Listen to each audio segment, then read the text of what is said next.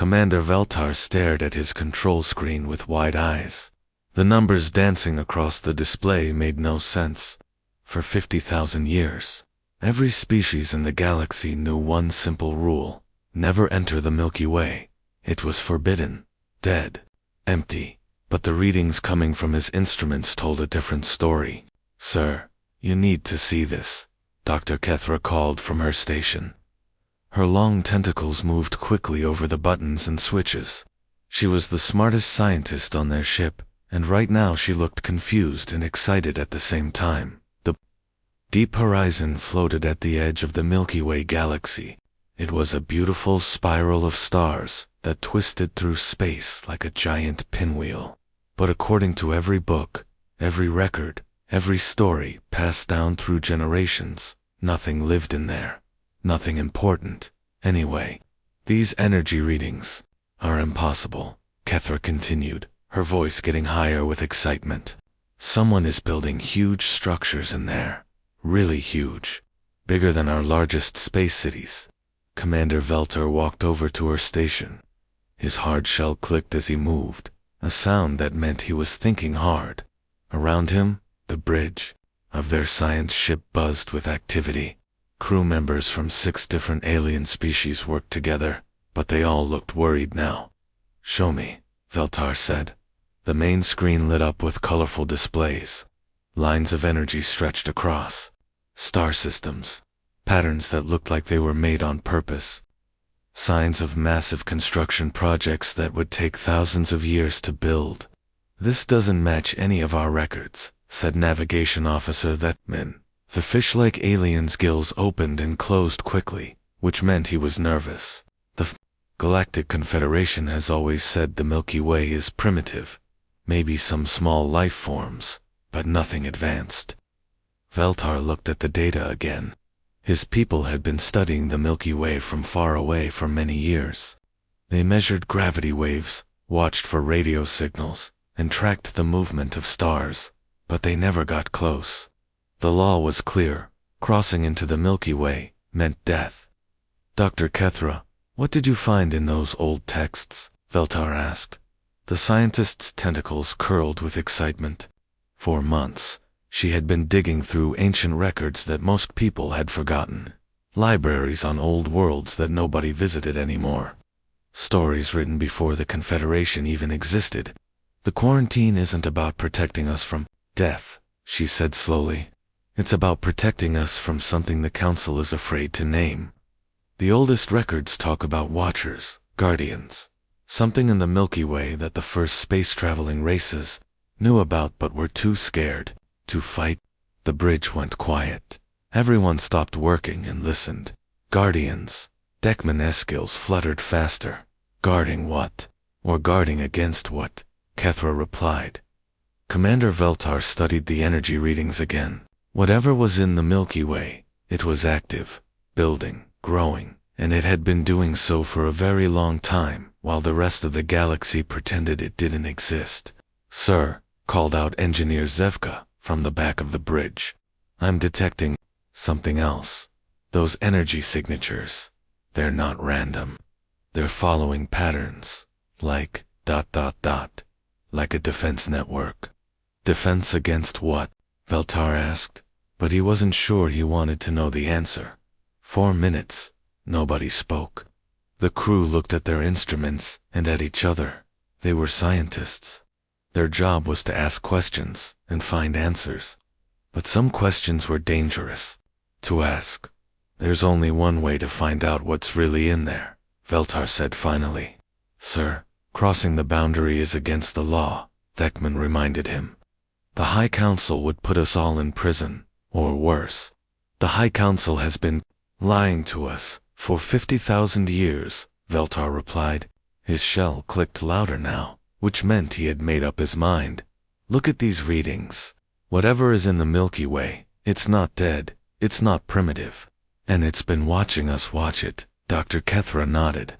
The ancient texts mentioned something else. They said the Watchers were waiting, patient, like they knew someone would eventually come looking for answers. "Take us across the boundary," Veltar commanded. The bridge crew looked at each other. They had all served together for years. They trusted their commander, but this was different. This was breaking the biggest law in galactic history. Sir R? You sure? Beckman asked. I'm sure that we can't keep pretending we don't see what's right in front of us, Veltar answered. Set course for the inner systems.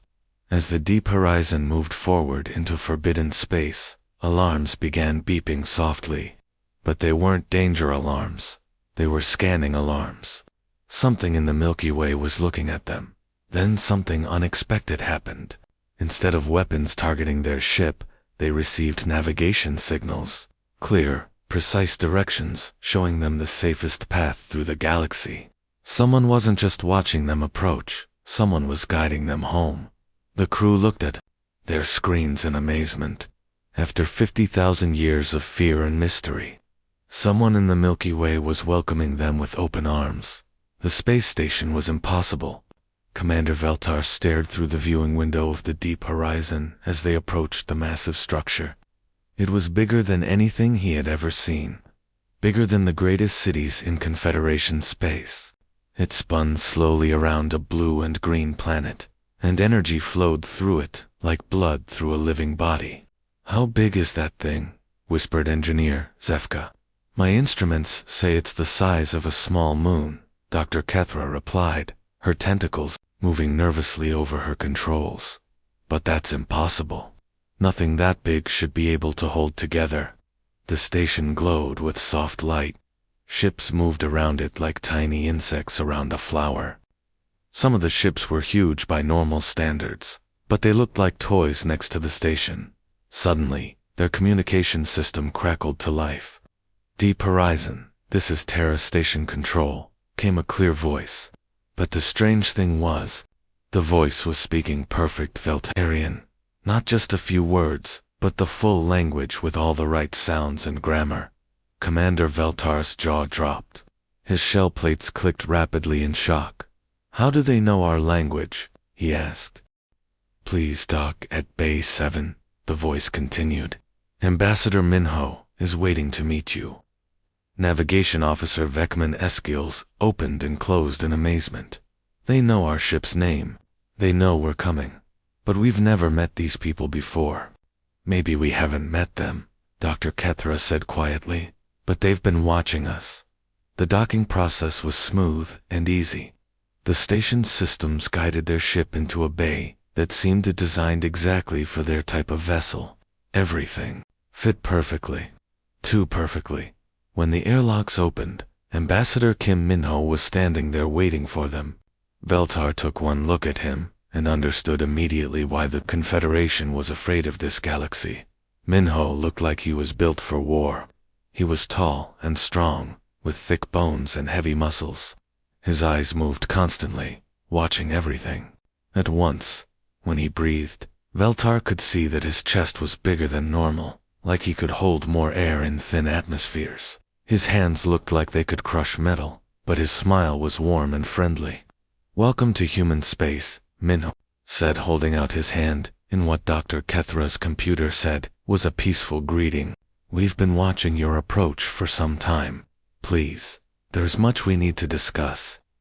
As they walked through the station, Veltar couldn't believe what he was seeing. The corridors were huge, built for beings much larger than humans. The walls had screens showing star maps of the entire galaxy. Machines hummed quietly, doing work that should have required massive power sources. Your technology is incredible, Dr. Kethra said, running a tentacle along one of the wall displays. We've had a long time to develop it, Minho replied simply. They passed windows that showed the planet below. It was beautiful, with blue oceans and white clouds, green continents and ice caps at the poles. Ships moved between the planet and the station like a constant stream of traffic. How many people live here? Asked Vekman. On Earth, about 8 billion. Throughout human space, about 50 billion, Minho answered casually. The numbers hit the crew like a physical blow. 50 billion people in a galaxy that was supposed to be empty. The largest Confederation world had maybe 2 billion inhabitants. They entered a large room with comfortable chairs and a table loaded with food and drinks. Minho gestured for them to sit down. The chairs adjusted automatically to fit each alien's different body shape. "I know you have questions," Minho began. "Your people think we're trapped in this galaxy, quarantined, forbidden to leave." He paused and looked directly at Commander Veltar. "The truth is different. We're not trapped here. We're guarding it." "Guarding it," Veltar repeated. His mind was racing. Everything the Confederation had taught about the Milky Way was wrong. "Your Confederation tells its people that this galaxy is dangerous," Minho continued. "Dead, empty. They're partly right about the dangerous part, but not in the way they think." Dr. Kethra leaned forward. "The ancient texts I found mentioned guardians and watchers. Was that talking about you?" Minho nodded. "Humans have been the guardians of this galaxy for a very long time. We stand watch at the edge of known space, protecting everyone from what lies beyond." "Beyond?" Vekman's gills fluttered nervously. "What's beyond?" Minho's friendly expression became serious. His eyes grew hard, like someone remembering a terrible nightmare. "In the darkness between galaxies, there are things that feed on life itself. Ancient things. Hungry things. They move from galaxy to galaxy, consuming everything they find, leaving only empty space behind." The room became very quiet. The crew of the Deep Horizon looked at each other with growing fear. "Your council's ancestors knew about these creatures," Minho continued. "They saw what happened to other galaxies, but instead of fighting, they chose to hide.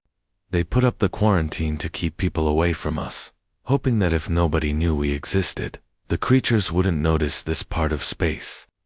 "But you fight them," Veltar said. "It wasn't a question." "We fight them," Minho confirmed. "We've been fighting them for longer than your recorded history. And now, they're stirring again." Dr. Kethra watched the human child with amazement. The little girl, who couldn't be more than 10 years old, picked up a metal bar that weighed more than Kethra herself. She lifted it over her head like it was made of air, then gently set it down, and went back to painting a picture of flowers. "That should be impossible," Kethra whispered to herself. She had been studying humans for 5 days now, and nothing made sense. These people broke every rule of biology she had learned in her long career as a scientist. They were too strong, too fast, too smart. They could do things that should take years of training in just minutes. "Engineer." Lee Do-yoon walked over to where Kethra was sitting. Do-yoon was a small woman with kind eyes, but Kethra had seen her lift broken machinery that would normally need a crane to move. "You look confused," Do-yoon said, sitting down next to the alien scientist. "Your species doesn't make sense," Kethra replied honestly. "I just watched that child lift 300 pounds like it was nothing." Then she painted a picture that would take our best artists months to create. "How is that possible?" Do-yoon smiled. Kethra had learned that when humans showed their teeth like that, it meant they were happy, not angry. It had taken her a while to get used to it. "We weren't always like this," Do-yoon explained. "A long time ago, humans were much weaker. We could barely survive on our own planet. We got sick easily, we couldn't lift heavy things, and we died young." "What changed?" Kethra asked. Before Do-yoon could answer, Captain Park Ji-won joined them. Ji-won was clearly a soldier. She wore a uniform covered in medals and patches that showed she had fought in many battles. Her eyes constantly moved, watching for danger, even in this safe place. "When we learned what was waiting for us in the dark," Ji-won said, "we realized we had to become something more than what nature made us." Kethra looked back at the human child, who was now discussing mathematics with another child while building a complex structure out of blocks. "You changed yourselves." "We had to," Do-yoon nodded. "When humans first traveled to other stars, we found ruins of dead civilizations. Whole planets that used to be full of life, but were now just empty rocks. And we found warnings. Warnings." Navigation Officer Deckman had joined the conversation. His gills were moving quickly, which meant he was nervous. G1's expression became serious. Ancient races left messages for whoever came after them. They told stories about creatures that traveled between galaxies, eating the life force of entire worlds. They called them many names, but they all meant the same thing: death from the void. The void feeders, Beckman whispered. But those are just old stories, myths to scare children. Your council likes to call them myths, G1 replied. It's easier than admitting the truth, but we've seen the evidence. Whole galaxies that should be full of stars and planets, but are just empty space. Civilizations that built great cities and then vanished overnight, leaving only warnings carved in stone. Dr. Kethra felt a chill run through her body. So you changed yourselves to fight these things. We changed ourselves to survive, Dayun corrected. Look around you. Every human you see has been modified from our original design. Kethra looked more carefully at the humans around them. Now that she knew what to look for, she could see the differences. Their bones were thicker and stronger. Their muscles were denser. Their eyes moved differently, like they could see things others missed. The children are stronger because we modified our genetics so they could work in zero gravity during space battles, G1 explained. We enhanced our brain processing so we could think faster when fighting multiple enemies at once. We changed our bodies so we could connect directly with our machines and weapons. But you're still human, Kethra said. You still laugh and create art and love your children. That's the most important part. Dayun smiled again. We could have just made ourselves into living weapons. But what would be the point of protecting life if we lost what made life worth living? Thekman Eskills fluttered. How long have you been fighting this war? Longer than your civilization has existed, G1 answered. We've been standing guard for so long that most of us don't remember what peace feels like. But we keep fighting because someone has to. Kethra watched a group of human children playing a game while their parents worked on maintaining weapons that could destroy planets. The children laughed and ran around like children everywhere, but she could see that even their play was preparing them for war. You modified yourselves for war, she said quietly. No, Dayun shook her head. We modified ourselves for protection. There's a big difference. War is about destroying your enemy. Protection is about saving everyone else. Even people you've never met, Thekman asked. Especially people we've never met, G1 replied. That's what makes us human. We fight not because we hate what's in front of us, but because we love what's behind us. Kethra looked around at the impossible humans with their impossible strengths and their impossible kindness. Finally, she was beginning to understand what made them so frightening to the Confederation. They were willing to become monsters to keep everyone else from having to. The alarm sound was like nothing Commander Veltar had ever heard. It wasn't loud or scary like normal alarms. It was deep and steady, like the heartbeat of something huge and ancient. But the effect it had on the humans was instant and shocking. One moment, Ambassador Minho was showing them a garden where human children were playing. The next moment, he was speaking rapidly into a communication device, while his whole body changed. His muscles seemed to grow larger. His eyes became sharper and more focused. Even his voice sounded different. All stations. This is Admiral Kim Minho, he said into the device. We have multiple contacts moving between galaxies. The Devourers are awake. Around them, the peaceful space station transformed like magic. Walls opened up to reveal weapon systems. Floors moved apart to show command centers hidden underneath. People who had been teachers and farmers and artists seconds before were now putting on armor and running to battle stations. What's happening? Dr. Kethra asked, her tentacles curling with fear. Captain Park G1 appeared beside them. But she looked completely different. She was wearing black armor that seemed to move like it was alive. Her helmet had lights and displays that showed information about the entire galaxy. Long-range sensors are picking up massive shapes moving between galaxies, G1 announced. The Devourers have woken up. They must have noticed all the new energy coming from your expanding civilizations. Commander Veltar watched in amazement as Engineer Dayun walked up to a wall and placed her hands on it. Suddenly, wires came out of the wall and connected 2 plugs behind her ears. Her eyes rolled back, and she began speaking in a mechanical voice. All defensive grids online. Weapon systems charging. Fleet movements coordinated across 7,000 star systems, she reported.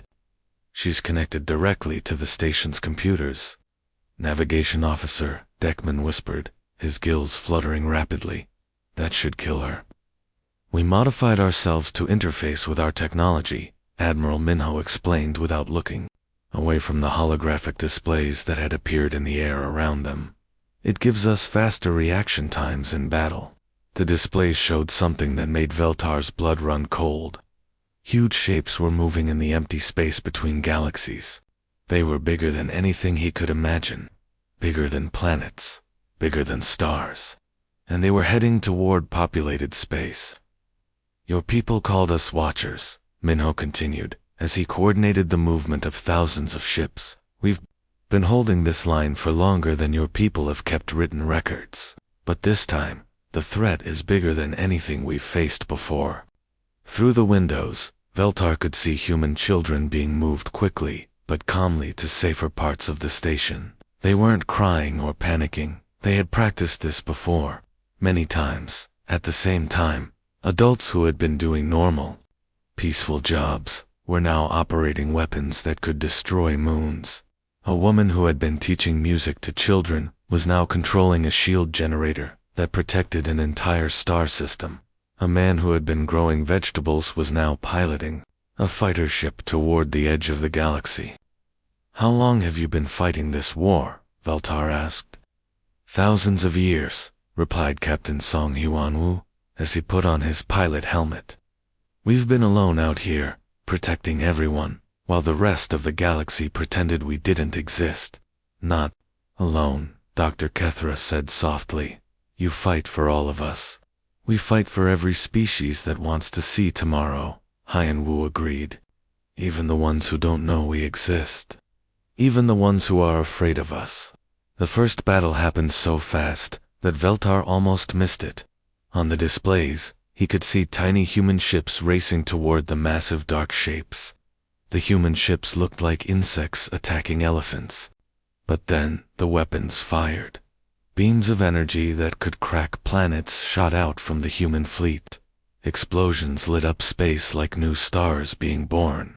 The dark shapes, which had seemed unstoppable, began to break apart and retreat. The scouts are withdrawing, Colonel Dayun reported, still connected to the station's computers. But this was just a test. They're measuring our defenses. They'll be back, Admiral Minho said grimly. And next time, they'll bring more. As the immediate danger passed, the station began to return to normal. The weapon systems folded back into the walls. The armor went back into storage. But Veltar noticed that some of the defensive systems stayed active. The humans never completely relaxed. We didn't discover you, Veltar said suddenly, understanding flooding through him. You rescued us. We rescued everyone, Minho replied simply. That's what we do. That's what we've always done. Dr. Kethra looked around at the humans returning to their normal lives. Children were playing again, but now she could see the strength in their small bodies. Adults were going back to their jobs, but now she could see the warrior training in their movements. You've been protecting us all this time, she whispered. Someone has to stand between the light and the dark, Captain G1 said as she removed her helmet. We chose to be that someone. Vekman Eskils moved slowly as he processed what they had witnessed. The Confederation has no idea, do they? The Confederation knows, Admiral Minho answered. Their leaders have always known. They just chose to let us fight alone rather than face the truth about what's waiting in the dark. After the battle ended, Dr. Kethra made a discovery that changed everything she thought she knew about humans. She was looking through their historical records when she found something impossible. Admiral Minho, she called out, her tentacles shaking with excitement. These records show that Earth isn't your original homeworld. Minho walked over to where she was studying the ancient files. That's correct. Earth is just our current home. We've had many homes over the millions of years. Millions of years. Commander Veltar joined the conversation, his shell plates clicking rapidly. But your species looks so young. We are young, in a way, Minho explained, but we've been moving from galaxy to galaxy for longer than most civilizations have existed, always going to wherever the darkness is pressing hardest against the light. Kethra scrolled through more records, image after image of dead worlds, empty star systems, and the ruins of civilizations that no longer existed, and in every case, there were signs that humans had been there, fighting against something terrible. You're nomads, she whispered. Eternal guardians wandering through space. We chose this life, Minho said simply. When we first learned about the we had a choice. We could run and hide like everyone else, or we could stand and fight. We chose to fight. He led them through a long hallway filled with walls covered in names. Billions and billions of names carved into black stone. The memorial hall seemed to go on forever. These are the humans who died protecting species they never met, Minho explained. People who gave their lives so that children on distant worlds could keep playing safely. Colonel Lee Doyun appeared beside them. She looked tired after the battle, but her eyes were still alert and ready. Come, let me show you something else. She took them to an observation deck where they could see the human settlements spread across nearby planets. Cities full of families living normal lives. Schools where children learned and played. Gardens where people grew food and flowers. This is what we're really fighting for, Doyun said. Not just the big things like saving galaxies, the small things too. The right of a child to learn to paint. The right of parents to watch their children grow up safely. Through the windows, they could see human children playing in parks, while their parents worked at jobs that seemed completely normal. But Kethra knew now that those same parents could put on armor and operate weapons that could destroy planets, if they needed to.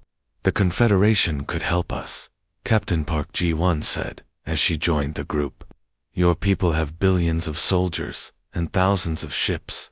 With your help, we could build defenses that would protect everyone. But Veltar sensed there was more to it. But that would mean telling them the truth, Ji-won continued. About the devours, about what's really waiting in the dark between galaxies. Some kinds of knowledge change everything. Once people know what's out there, they can never go back to feeling safe. Navigation Officer Vekman S. Gills moved slowly as he thought. So you've been protecting us not just from the monsters, but from the knowledge that the monsters exist. Fear can be more dangerous than any weapon, Minho agreed. A galaxy full of scared civilizations might do terrible things to each other. They might decide that some species are too weak and abandon them to save themselves. Commander Veltar looked at his crew. He could see the same thoughts in all their eyes. They had come here looking for answers, and they had found more than they bargained for. We have a choice to make, Veltar said slowly. We can go home and tell our people that we found nothing interesting in the Forbidden Galaxy. Or we can stay and help prepare for what's coming. What happens if you fail? Dekman asked directly. What happens if the Devourers win? Sergeant Choi Junsik, who had been quiet until now, answered simply. We don't fail. We can't fail. Too many people depend on us. The crew of the Deep Horizon stood quietly for several minutes, thinking about their choice. Go home to safety and comfortable lives, or stay and face the terrible truth. Dr. Kethra was the first to speak. I want to stay. If this threat is real, if it's coming for all of us, then someone needs to help the galaxy get ready. Someone needs to learn how to fight. One by one, the rest of the crew made the same choice. They would stay and become the first non-human members of humanity's ancient guard duty. Engineer Zefka was the last to decide. My people always taught me that knowledge was the most important thing in the universe. Now I know there's something more important than knowledge. What's that? Minho asked. The courage to act on what you know, Zefka replied, as they stood there making their decision. Kethra watched human children playing games in the park below while their parents planned defenses against cosmic horrors. She finally understood what made humans special. They could hold on to love and hope and joy, even while standing guard against the universe's worst nightmares. Around the galaxy, similar meetings were taking place. Other brave crews were making contact with humans and learning the truth. Slowly, carefully, humanity was beginning to recruit allies for the war they had fought alone for too long. The age of secrets was ending. The age of preparation had begun.